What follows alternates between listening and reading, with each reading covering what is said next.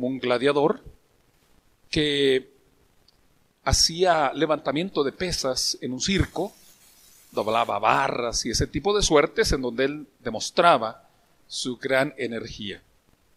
Era un hombre en apariencia muy tranquilo.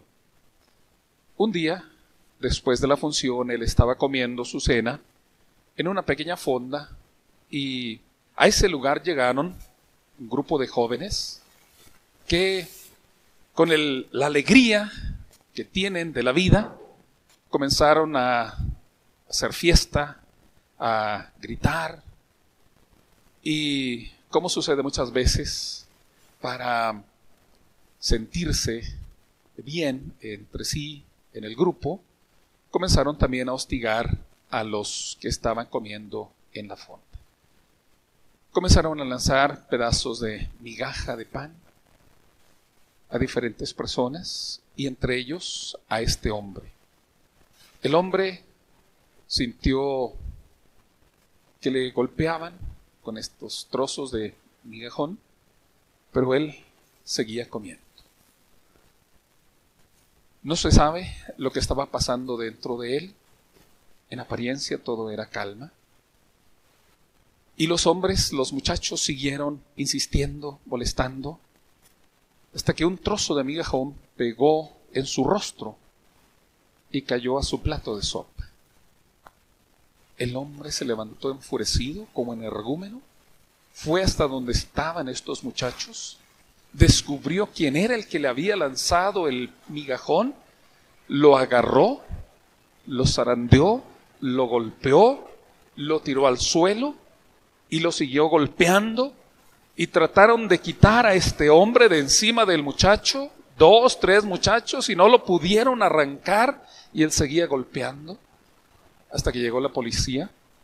Cuando llegó la policía, el hombre todavía lo tenía atrapado de los cabellos, y cuando lo sacaron de ahí, todavía se trajo con él parte de estos.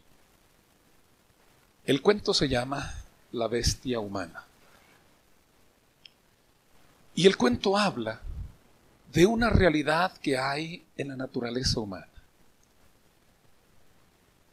El ser humano es una contradicción, porque el ser humano es capaz de los actos más nobles, más sublimes, de los actos dedicados de humildad, de amor, pero también es capaz de actos crueles, atroces. Hemos visto a través de nuestra experiencia de vida, a través de lo que hemos recogido de información, a través de lo que ha ocurrido en el mundo o quizá entre los vecinos, quizá en nuestro país, las cosas maravillosas que es capaz de hacer el ser humano. Como hace algunos meses escuché la noticia de una jovencita a quien le dejaron encargada de unos niños. Hubo un desastre en la casa, se incendió y ella pidió auxilio desde el balcón de la casa. Eran 2 o 3 niños y cuando llegaron vecinos y se ubicaron abajo, ella comenzó a sacar a los niños y alcanzó a sacar el último, lo rescataron, pero ella pereció en el incendio. Sucedió en la ciudad de Nogales, Sonora. Me llamó la atención porque uno puede mirar en muchos eventos alrededor qué corazón tan noble puede tener el ser humano. Cómo puede entregarse, cómo puede dedicarse, cómo puede darse en un momento heroico o a través de muchos eventos, de sus eventos sucesivos, cómo puede darse por otros. El ser humano es maravillosamente bondadoso, pero al mismo tiempo hay algo en la naturaleza humana que lo hace ser cruel, que lo hace ser hasta sanguinario, a veces peor que otros seres vivos. ¿Cómo es capaz de cortar una cabeza insensiblemente? ¿Cómo es capaz de cortar partes del ser humano, repartirlas? ¿Cómo es capaz de cortar un cuerpo en trozos, entambarlo, es decir, ponerlo en un tambo, vaciarle cemento y querer que con eso se oculte su crimen? ¿Cómo es capaz el ser humano de hacer cosas semejantes? Pero, ¿saben, hermanos, qué es lo más triste? Lo más triste no es que nosotros podamos decir, hay gente noble, hay gente buena, hay gente bondadosa y hay gente mala, perversa. Lo peor es que el mismo ser humano, la misma persona, el mismo individuo, es capaz de las dos cosas. Es capaz del acto más noble y es capaz, tristemente, del acto más aberrante.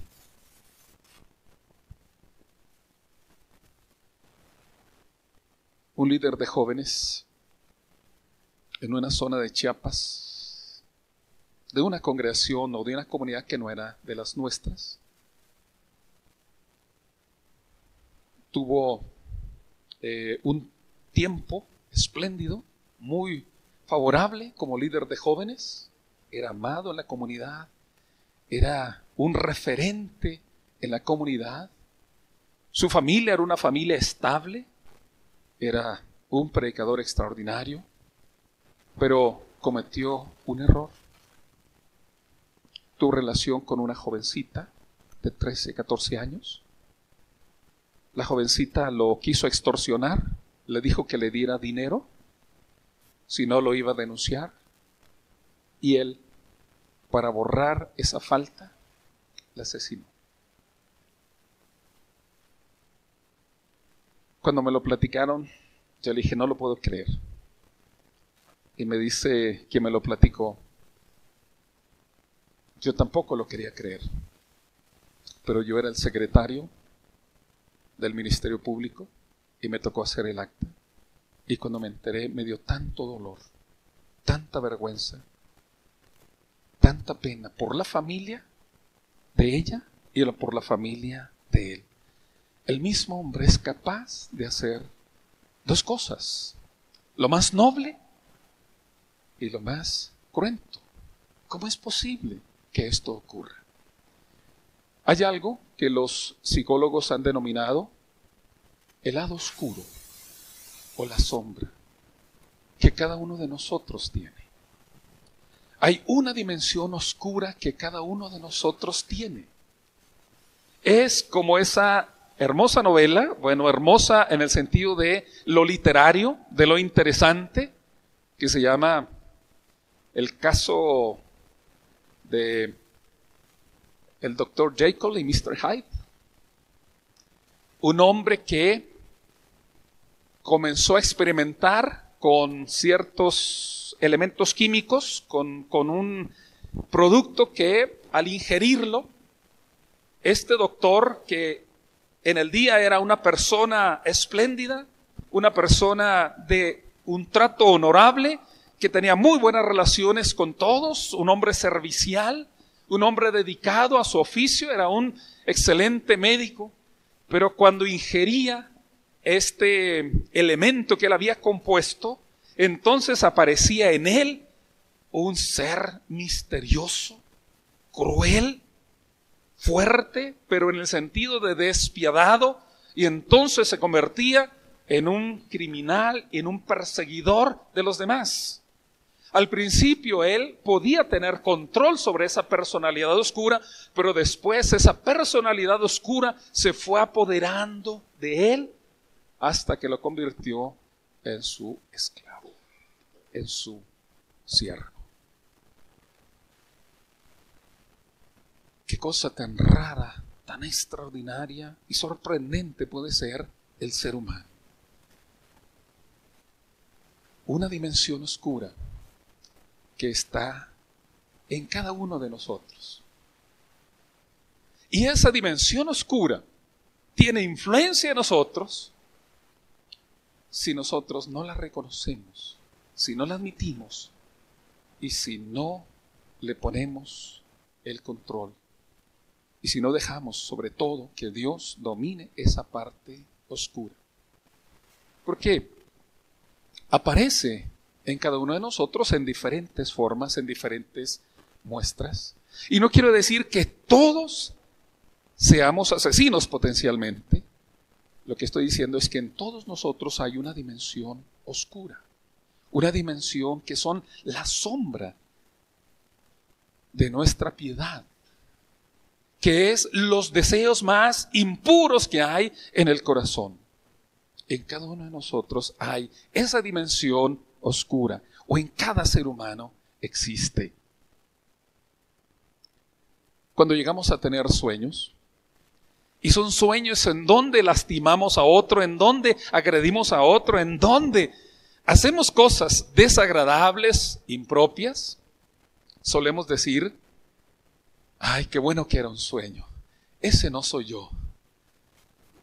Si una esposa sueña que estaba ahorcando a su marido, que lo estaba golpeando o que lo había acuchillado, que había hecho algo en contra de él, y se despierta en medio de esa pesadilla, dice: ay, fue solo un sueño, ¿verdad? Fue solo un sueño. Qué bueno que fue solo un sueño. Y uno dice internamente: ese no soy yo. Yo no puedo estar deseando eso. Yo no puedo estar queriendo eso. Yo no puedo estar queriendo ahorcar a mi marido. Yo no puedo estar anhelando destruir a mi hermano, a mi hermana, a mi padre, a mi madre. No puedo estar deseando eso. Ese no soy yo. Entonces, ¿quién es? ¿Quién es? Ese que anda por ahí merodeando en las fantasías, en el sueño, en las ilusiones o alucinaciones. ¿Quién es? Es esa dimensión oscura, que somos nosotros mismos. No es nadie más, somos nosotros mismos. No voy a hablar en términos generales de eso, sino de un ámbito. ¿Qué pasa cuando la dimensión oscura es la que establece relaciones entre nosotros? Creo que en el fondo Jesucristo reconoce esto cuando está exhortando lo siguiente en Mateo capítulo 7, verso 1 al versículo 4 en primer lugar. El pasaje dice: no juzguéis para que no seáis juzgados.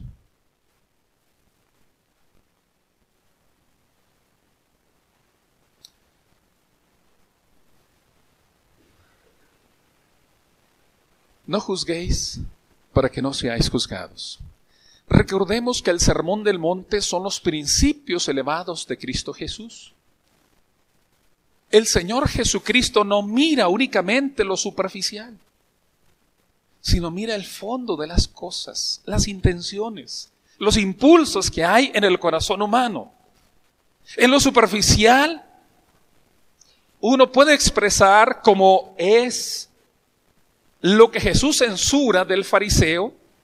Uno puede expresar la piedad, uno puede en apariencia mostrar piedad.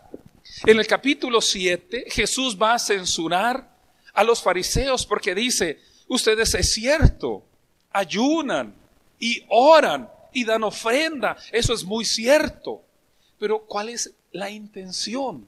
¿Cuál es el fondo que hay en el corazón? Ese resorte que los impulsa a hacer las cosas. Por la manera en que lo hacen, ustedes aman ser vistos, ustedes anhelan ser vistos, ustedes tienen una intención de ser apreciados, de tener prestigio, de ser valorados.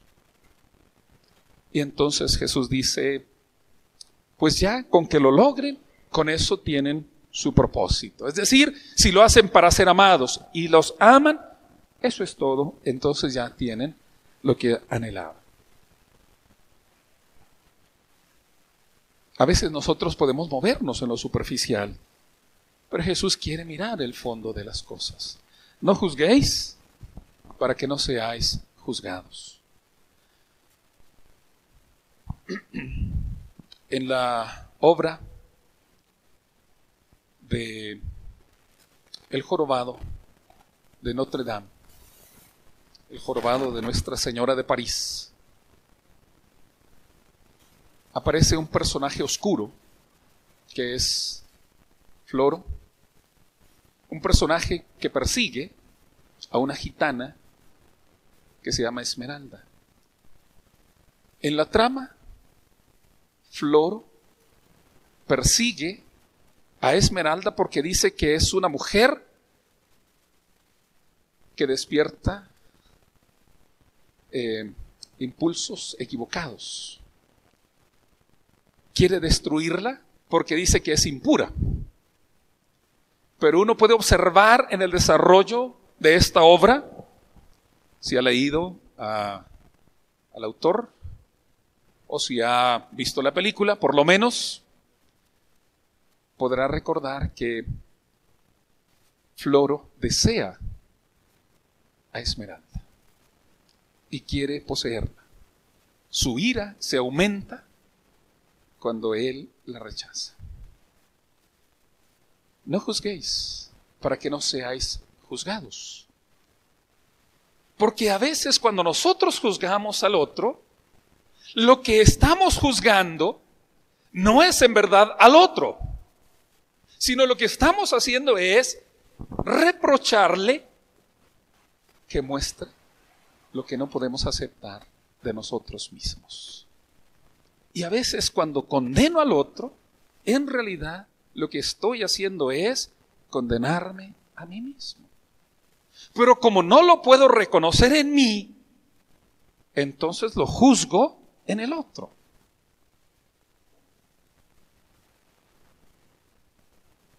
Algunas veces hemos señalado que las personas que más mal nos caen son las personas que se parecen a nosotros. Son las personas que son como nosotros. La persona que más mal nos cae, la persona que más nos desagrada, es la persona que más nos refleja las cosas que no podemos tolerar en nosotros mismos. Si yo digo que hay alguna persona que es muy gritona, y le digo, esa persona no me agrada. ¿Quién sabe por qué no me agrada? Porque lo que no puedo tolerar en mí mismo, lo que no puedo aceptar en mí mismo, no lo puedo aceptar en el otro. Entonces, aquí habría algo, una directriz, habría aquí una línea en donde yo podría perseguir qué es con lo que estoy batallando en mí mismo. Si yo hago recuento de las personas que no me agradan y observo qué es lo que no me agrada de esas personas, entonces puedo descubrir qué es con lo que yo estoy batallando. No juzguéis para que no seáis juzgados. Es un principio cristiano que está diciéndome que no condene. El verbo griego es no condene, krinos. No quiere decir que no discierna. No quiere decir que no pueda observar yo lo que es correcto o lo que es incorrecto, sino que está diciendo es que no sentencie, que no dé una sentencia. No juzguéis para que no seáis juzgados. Porque con el juicio con que juzgáis, seréis juzgados. Y con la medida con que medís, os será medido. ¿Y por qué miras la paja que está en el ojo de tu hermano y no echas de ver la viga que está en tu propio ojo? O como dirás a tu hermano, déjame sacar la paja de tu ojo y aquí la viga en el ojo tuyo. La mejor viga es demasiado grande. Una viga nosotros entendemos como la madera principal que podía atravesar el techo, ¿verdad? Pero podemos pensarlo en términos más pequeños. Podemos pensar en un leño, en un tronco, ¿verdad? En algo que se use en otro espacio, en otro ámbito, y que puede ser más manejable. ¿Cómo le puedo decir yo a mi hermano, a mi hermana? Traes una paja en el ojo, déjame quitártela, déjame acercarme a soplarle, ¿verdad? Para que se desaparezca, porque luego así hacemos, ¿verdad? Cuando sentimos una basura en el ojo y no nos la podemos quitar, bueno, le decimos a alguien de confianza, a la pareja, a los hijos, y le decimos, a ver, sóplame en el ojo, a ver si se me sale la basura, ¿no? ¿Cómo le puedo decir al otro, a ver, déjame soplarte en el ojo para ver si se sale la basura? Y yo tengo un leño en el ojo y no me deja acercarme, no me deja ponerme a buena distancia porque estorba ese leño. Jesucristo aquí pinta algo chusco, pero también grotesco. También grotesco. ¿Cómo es que puedo mirar la paja en el otro y no puedo mirar la paja o la viga o el leño más bien en el propio?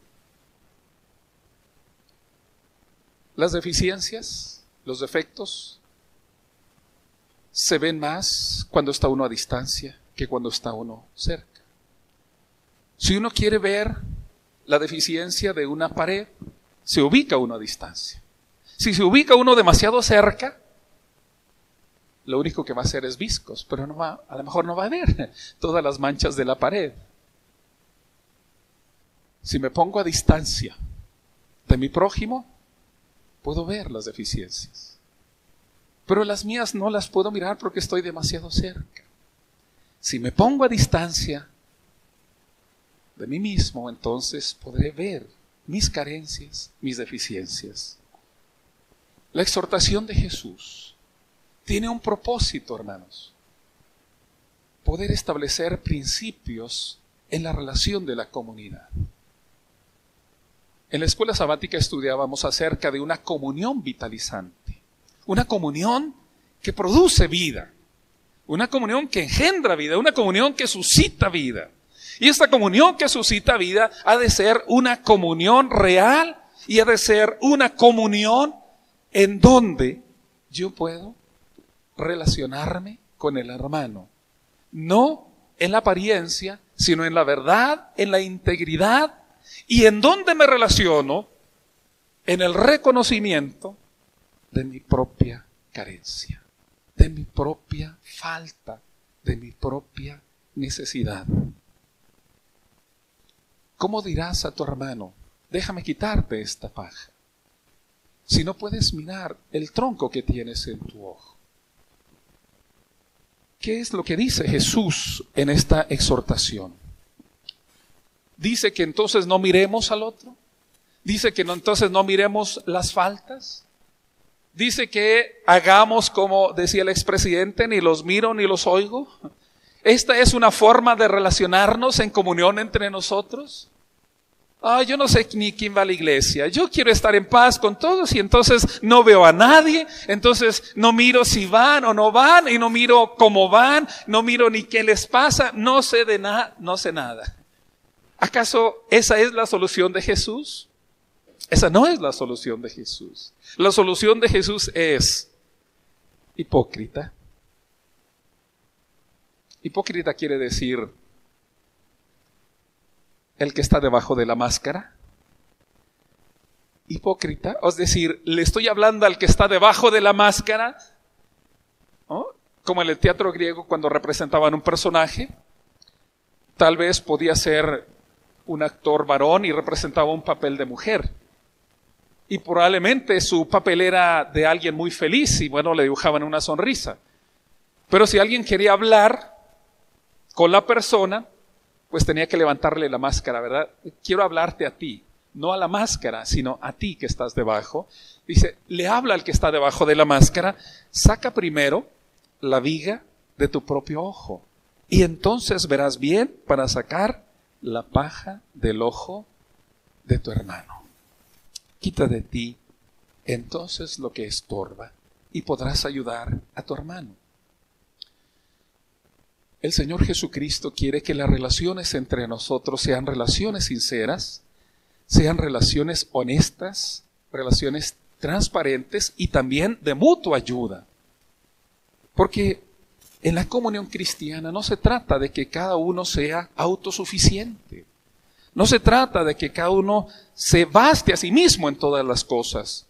Dios no nos ha dado los dones, todos los dones, a todos.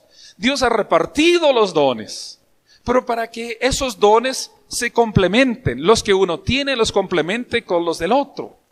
Dios nos ha hecho en cierta forma incompletos para que aprendamos a estar con los demás en una mutua dependencia, en una relación que nos enriquezca.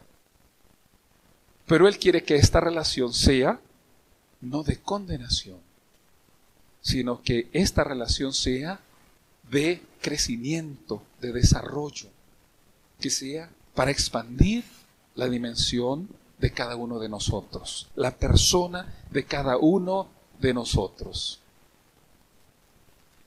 La comunión vitalizante que el Señor espera que nosotros tengamos es una comunión de enriquecimiento en la relación, de fortalecimiento en la relación. Pero hay siempre un peligro, que entre nosotros pueda dominar más esa dimensión oscura. Y entonces, en lugar de reconocerla, solo veamos la del prójimo.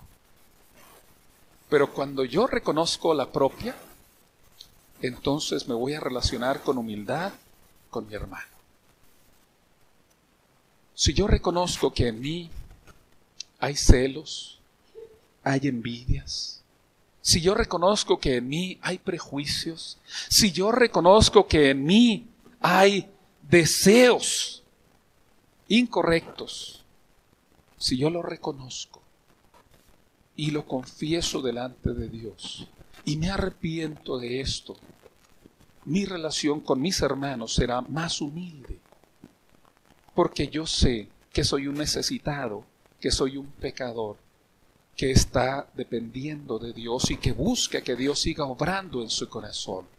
Pero si yo no miro mi dimensión oscura y me llego a creer perfecto y me llego a creer no necesitado, entonces voy a relacionarme con los demás con esta exigencia y voy a esperar perfección y voy a esperar que todos hagan lo que es la fantasía de lo que creo que soy.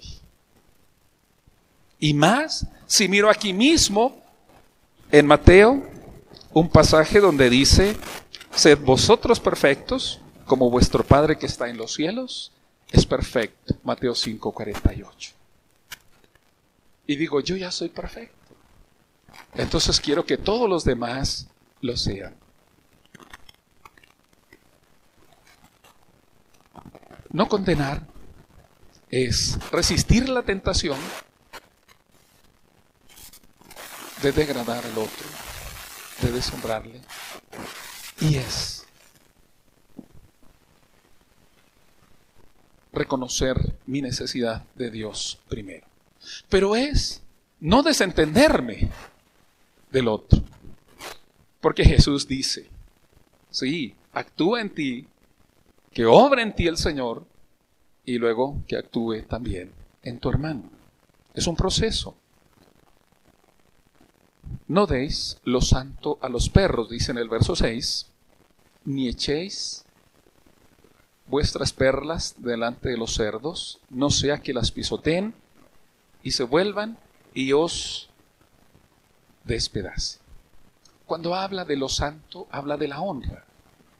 No deis lo santo, no deis la honra a los perros, ni echéis vuestras perlas delante de los cerdos. Yo he visto la forma de criar los cerdos, pero nada más en el pueblo.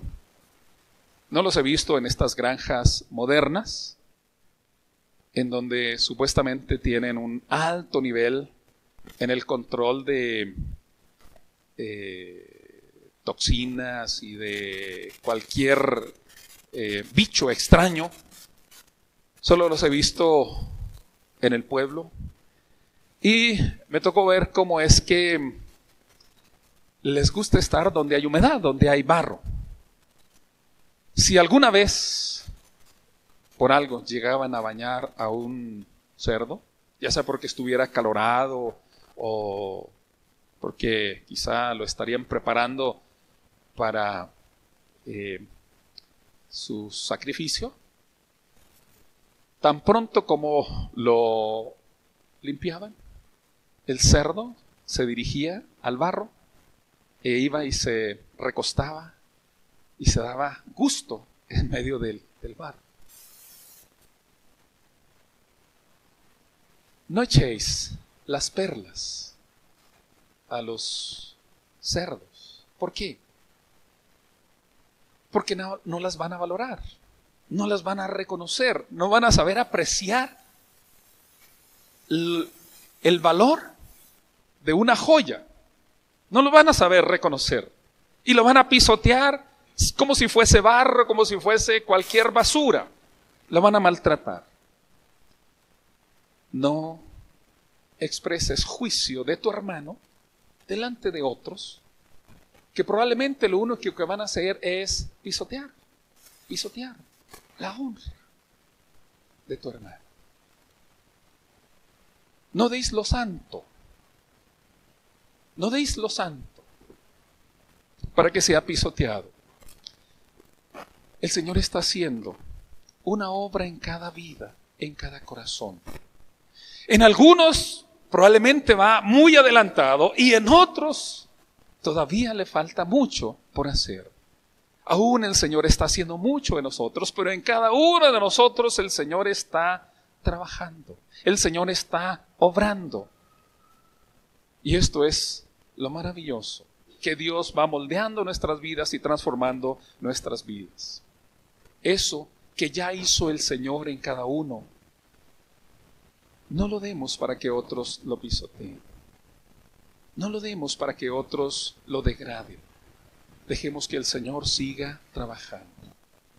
Y si yo tengo algo que exhortar, que confrontar a mi hermano, lo voy a hacer en amor. No desde mi posición de perfecto, sino desde mi posición como persona necesitada también. Tal vez le tenga que decir: hermano, que no te moleste el leño que tengo en mi ojo. Le pido a Dios que me lo quite, pero déjame en amor quitarte esa paja que tienes en tu ojo, para que cada día seas mejor. Y ayúdame a quitarme esto que me estorba en el mío. Creo que en la medida en que podamos entender este lado oscuro y admitir que batallamos con él, podremos relacionarnos en humildad y nuestra comunión será una comunión vitalizante. Algunas personas eligen comunidades grandes, de 1,000, de 2,000, de 5,000.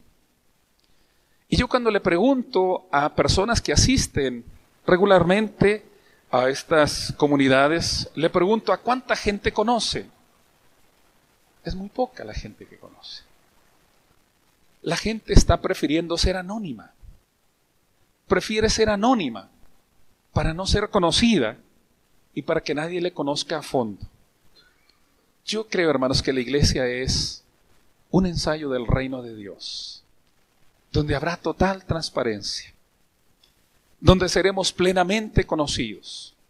Y yo creo, hermanos, que la comunión, esta comunión cercana, esta comunión que a veces pesa, esta comunión que a veces lastima, esta comunión que a veces cansa, esta comunión que a veces nos hace ponernos a la defensiva, esta comunión que a veces nos hace derramar lágrimas, esta comunión que nos hace a veces enojarnos, es la comunión que Dios quiere, a través de la cual nos lima, a través de la cual pule nuestras vidas.